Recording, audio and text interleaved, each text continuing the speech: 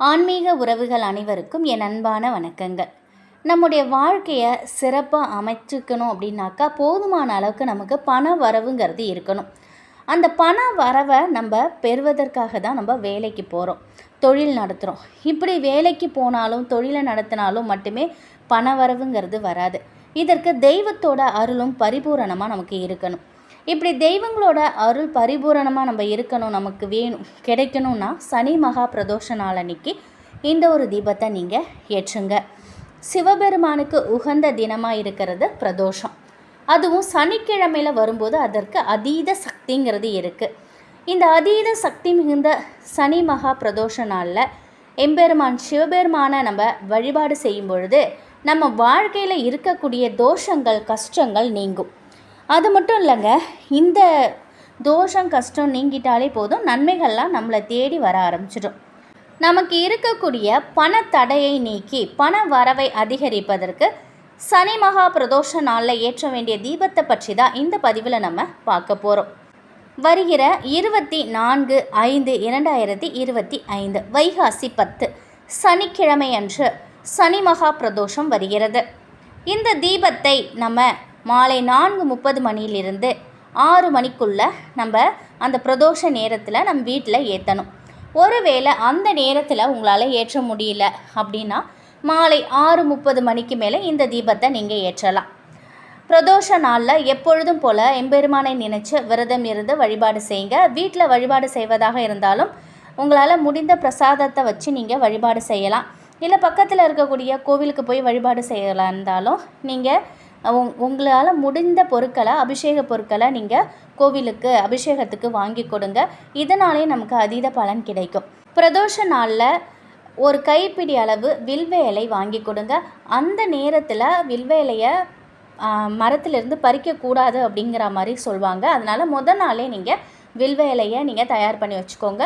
சனி மகா பிரதோஷ நாளில் சிவபெருமானை போய் நீங்கள் வணங்கிட்டு அவங்களுக்கு வில்வ இலை கொடுத்துட்டு அவங்க கொடுக்கக்கூடிய திருநீர் அவங்கள்ட்டேருந்து ஒரு வில்வ இலையும் வாங்கிட்டு வந்து அதை சின்னதாக வெள்ளை துணியில் முடிச்சா கட்டி நிலைவாசல் மேலே வைங்க. அது எப்பொழுதுமே உங்கள் வீட்டுக்கு ஒரு பாதுகாவல் மாதிரி, சிவபெருமானே நம்ம குடும்பத்தை பாதுகாக்கிற மாதிரி நம்ம வீட்டில் உள்ள அனைத்து எதிர்மறை சக்திகளையும் அவங்க எடுத்துடுவாங்க. ஒவ்வொரு பிரதோஷத்துக்கும் இதே மாதிரி செய்யுங்க. ஒரு பிரதோஷத்திற்கு இந்த முடிச்சை வச்சிங்கன்னா அடுத்த பிரதோஷத்திற்கு இதை எடுத்து கால்படாத இடத்துல போட்டு திரும்பவும் நீங்கள் இதே மாதிரி விபூதியும் வில்வேலையும் வாங்கிட்டு வந்து ஒரு துணியில் முடிச்சா கட்டி நிலைவாசல் மேலே வைங்க. இது நம்ம குடும்பத்துக்கு ஒரு பாதுகாப்பு கவசம் மாதிரி நமக்கு இருக்கும். உங்களுக்கு விருப்பம் இருந்தால் இந்த ஒரு வழிபாடை நீங்கள் செய்து பாருங்கள்.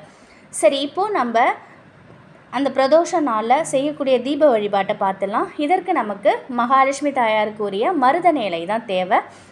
ஒரு சின்ன தாம்பாளத்தட்டை எடுத்துக்கோங்க. அதற்கு மஞ்சள் குங்குமம் போட்டுலாம் வச்சுட்டு அந்த தாம்பாளத்தட்டில் மருதணி இலை ஒரு கைப்பிடி அளவு இருந்தாலே போதும், அதை பரப்பி வைங்க. வீட்டில் மருதாணி செடி இருந்தது அப்படின்னா மருதாணி இலைகள் உங்களுக்கு ஈஸியாக கிடைச்சிடும். ஒருவேளை மருதாணி செடி இல்லைன்னா பக்கத்தில் உள்ளவங்க வீட்லையாவது கொஞ்சமாவது வாங்கிக்கோங்க. ஆனால் ஒரு தொகை கொடுத்துட்டு நீங்கள் வாங்கி வச்சு நீங்கள் ஏற்றணும். அவங்கக்கிட்ட இனமாக வாங்கி ஏற்றாதீங்க. ஒரு தொகை கொடுத்துட்டு நீங்கள் அதை வாங்கி ஏற்றலாம். அப்போ தான் நம்ம அதோட முழு பலனை நம்ம உணர முடியும். ஒரு கைப்பிடி அளவுக்கு அந்த மருதாணி இலையை பரப்பிட்டு அதற்கு மேலே ஒரு அகல் விளக்கு வைத்து சுத்தமான பசுனை ஊற்றி பஞ்சுத்திரி போட்டு எம்பெருமான் படத்திற்கு முன்னாடி இந்த தீபம் ஏற்றுங்க. இந்த தீபம் இவ்வளோ நேரம் தான் எரியணும்னா இல்லைங்க, உங்ககிட்ட இருக்கிற அளவுக்கு, அந்த நெய் இருக்கிற அளவுக்கு எரிந்தாலே போதும். ஒரு 5 நிமிடங்கள் எரிந்தால் கூட போதுமானது. இந்த தீபத்தை ஏற்றி முடிச்சுட்டு சிவபெருமானுக்குரிய மந்திரம் எது உங்களுக்கு தெரியுதோ அந்த மந்திரத்தை முழு மனதோட சிவபெருமானை நினைத்து நீங்கள் சொல்லுங்கள். எதுவுமே தெரியலைனாலும் ஓம் நம சிவாய இந்த ஒரு மந்திரத்தை மட்டுமாவது நீங்கள் சொல்லுங்கள். சிவபெருமானுக்கு தீபம் ஏற்றி அவரோட மந்திரத்தை சொல்லி வழிபாடு செய்யும் பொழுது எம்பெருமானின் அருளால் நமக்கு இருக்கக்கூடிய பணத்தடை அனைத்துமே விலகும். பண வரவு அதிகரிப்பதற்குரிய வாய்ப்புகள் நமக்கு கிடைக்கும்.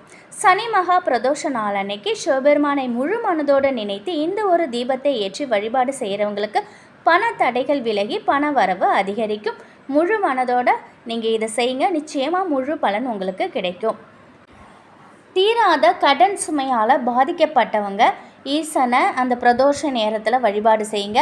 தீராத கடன் சுமையிலிருந்து விடுபடணும் அப்படின்னு பிரதோஷ நேரத்தில் செய்யக்கூடிய ஒரு எளிமையான பரிகாரமும் இருக்குது. அதுவும் நான் உங்களுக்கு சொல்லிடுறேன். உங்களுக்கு டைம் இருந்தால், நீங்கள் வாய்ப்பு இருந்தால் அதையுமே நீங்கள் செய்து பாருங்கள். சனி மகா பிரதோஷ நாள் அன்னைக்கு அந்த பிரதோஷ நேரத்தில் மாலை 4:30லேருந்து 6 மணிக்குள்ளார இந்த பரிகாரத்தை நீங்கள் செய்யணும். இந்த பரிகாரத்திற்கு 9 மிளகு உங்களுக்கு தேவை. உங்கள் வீட்டு பக்கத்தில் சிவன் கோயில் இருந்ததுன்னா அந்த கோவிலுக்கு நீங்கள் போங்க. கூட்டம் இல்லாத ஒரு அமைதியான இடத்துல உட்காந்துக்கோங்க. உங்கள் உள்ளங்கையில் ஒரே ஒரு வில்வையில் 9 மிளகையும் வச்சு நல்லா இறுக மூடிக்கோங்க. உங்கள் வாழ்க்கையை கஷ்டப்படுத்தும் கடன்கிற அந்த கெட்ட சக்தி உங்களை விட்டு விலகணும் அப்படின்னு ஈசனை மனதார வேண்டிக்கிட்டு ஓம் நமோ பகவதே ருத்ரே, ஓம் நமோ பகவதே ருத்ரே இந்த மந்திரத்தை 108 முறை சொல்லுங்கள். கையில் இருக்கக்கூடிய வில்வையிலையும் மிளகையும் அப்படியே உங்கள் தலையை 9 முறை சுற்றிக்கோங்க. அந்த கோவிலில் ஏதாவது ஒரு மரத்தடியில் போட்டுவிட்டு நீங்கள் வந்துடுங்க. இவ்வளோதான் பரிகாரம். கோயிலுக்கு போகிறவங்க இதை கோயிலில் உட்காந்து செய்யலாம். நீங்கள் வீட்டில் இருக்கீங்க, பிரதோஷ நேரத்தில் வீட்டில் நீங்கள் சிவ வழிபாடு செய்ய போகிறீங்க அப்படின்னாக்கா இந்த வழிபாட்டை நீங்கள் வீட்டிலே செய்யலாம். கையில் இருக்கும் வில்வ இலையையும் மிளகையும் உங்கள் வீட்டு பக்கத்தில் இருக்கக்கூடிய செடி கொடிகளுக்கு இதே மாதிரி 9 முறை சுற்றிட்டு செடி கொடிக்கு கீழே நீங்கள் போட்டுருங்க. ரொம்ப ரொம்ப எளிமையான இந்த பரிகாரத்தை சனி மகா பிரதோஷ நாளில் பிரதோஷ நேரத்தில் செய்யணும். நம்ம வாழ்க்கையில் இருக்கக்கூடிய கடன் காணாமல் போகும். கடன் சுமையை குறைக்க சிவபெருமான் கண்டிப்பாக ஒரு வழியை நமக்கு காட்டுவாங்க. இதெல்லாம் பண்ணிவிட்டு நம்ம அமைதியாக இருக்கக்கூடாது. நம்ம முயற்சிகளில் நம்ம ஈடுபடணும், கடினமாக உழைக்கணும், நேர்மையாக இருக்கணும். அதோடு இந்த வழிபாடு செய்யும் பொழுது சிவபெருமானின் அருள் அனைத்துமே நமக்கு கிடைக்கும். சிவபெருமானோட அந்த ஒரு அருளாசி மகாலட்சுமி தாயாருக்கு கிடைத்ததுனால அவங்க செல்வத்துக்கு அதிபதி ஆனாங்க. அதே மாதிரி குபேரருக்கு குபேர சம்பத்து கிடைத்ததும் சிவபெருமானோட அருளால் தான். அப்படி எல்லாருக்குமே வாரி வழங்கின சிவபெருமான் நமக்கும் எதுவும் கொடுக்காம இருக்க மாட்டாங்க. அதற்கு நம்ம முயற்சிகளில் ஈடுபடணும். அந்த முயற்சி வெற்றி அடைவதற்கு எம்பெருமானோட அருள் பரிபூரணமாக நமக்கு கிடைக்கும்.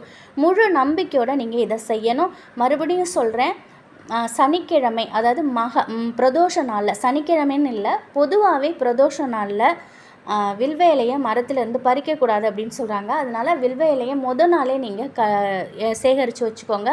அதே மாதிரி ஏகாதசி தினத்துலேயும் ஏகாதசி தினம் அந்த வெள்ளிக்கிழமை செவ்வாய்க்கிழமையெல்லாம் துளசியை பறிக்கக்கூடாது அப்படின்னு சொல்லுவாங்க. இப்படி நம்ம அந்தந்த கடவுளுக்கு உரிய அந்த ஒரு நாளில் நம்ம கண்டிப்பாக அவங்களுடைய இலைகளை நம்ம மரத்துலேருந்து பறிக்கக்கூடாது. முதல் நாளே நீங்கள் முடிஞ்ச அளவுக்கு நீங்கள் அந்த வில்வ இலையை சேகரித்து வச்சுக்கோங்க. சனி மகா பிரதோஷ நாளில் வீட்டிலேயே இந்த மருதன தீபத்தை ஏற்றுங்க. நீங்கள் இப்போ கோயிலுக்கு போகிறீங்கன்னா போயிட்டு ஒரு வீட்டுக்கு ஒரு 6:30 மணிக்கு மேலே கூட நீங்கள் இந்த தீபத்தை ஏற்றலாம். சிவபெருமானோட படம் இருந்தால் சுத்தமாக தொடச்சிட்டு அவங்களுக்கு மஞ்சள் குங்குமம் போட்டு வச்சு வில்வேலை கொஞ்சம் அதிகமாக உங்களுக்கு கிடச்சிதுன்னா அவங்களுக்கு அந்த வில்வேலையை கட்டி மாலையாக தொடுத்து போட்டு விடுங்க. இல்லை ஒரு வில்வேலை தான் கிடச்சதுனாலும் அதை அவங்களுக்கு மனநிறைவோடு வைங்க. அதே மாதிரி நெய்வேத்தியம் நீங்கள் எது செஞ்சாலும் மனநிறைவோடு செஞ்சு வைங்க. ரொம்ப பதார்த்தம் அதிகமாக செய்யணும் அவசியம் இல்லை. உங்கள்கிட்ட என்ன இருக்கோ, உங்களால் என்ன முடியுதோ நீங்கள் அதை செய்யுங்க. அப்படி எதுவுமே இல்லைனாலும் டைமண்ட் கல்கண்டு 2 வச்சு கூட நீங்கள் நெய்வேத்தியம் பண்ணலாம். நம்ம மனசார என்ன கொடுத்தாலும் அந்த கடவுள் ஏற்றுப்பாங்க அப்படின்னு சொல்லுவாங்க. நம்ம கடன் வாங்கி கடவுளுக்கு வழிபாடு செய்யணும், பரிகாரம் செய்யணும் அப்படிலாம் கிடையாது. நம்மகிட்ட என்ன இருக்கோ அதை வச்சு நம்ம இந்த வழிபாடு செய்யுங்க. நிச்சயமாக மிளகுங்கிறது நம்ம வீட்டில் இருக்கும். அதே போல் மருதணிங்கிறதும் 100க்கு 100 அனைவரது வீட்லேயும் இருக்கும். அப்படி இல்லைனாலும் பக்கத்தில் நீங்கள் ஒரு கைப்பிடி அளவு ஒரு சின்ன தொகை கொடுத்து கூட நீங்கள் அதை வாங்கி வச்சு நீங்கள் ஏற்றலாம். நிச்சயம் இதை சனி மகா பிரதோஷத்தில் இந்த வழிபாடு செய்து பாருங்கள். எப்பேற்பட்ட கஷ்டமும் கடனும் தீர்ந்து நீங்கள் நினைக்கிறது உடனே நிறைவேறும். சிவபெருமானின் அருளால் பரிபூரண அருள் உங்களுக்கு கிடைச்சி உங்கள் வாழ்க்கையிலும் அமோக வெற்றி கிடைக்கும். இந்த அற்புதமான ஒரு நாளை சனி மகா பிரதோஷத்தை தவற விடாதீங்க. 24/5/2025 சனிக்கிழமையை மிஸ் பண்ணிடாமல் எம்பெருமானை போய் பார்த்துட்டு மனதார வணங்கிட்டு அங்கே உட்காந்து ஓம் நம சிவாய சொல்லிவிட்டு நீங்கள் மனதார வேண்டிக்கிட்டு நீங்கள் வாங்க. அனைத்தும் நல்லதாகவே நடக்கும். நிச்சயம் இந்த ஒரு தகவல் உங்களுக்கு பயனுள்ளதாக இருக்கும் அப்படின்னு நம்புகிறேன். நன்றி.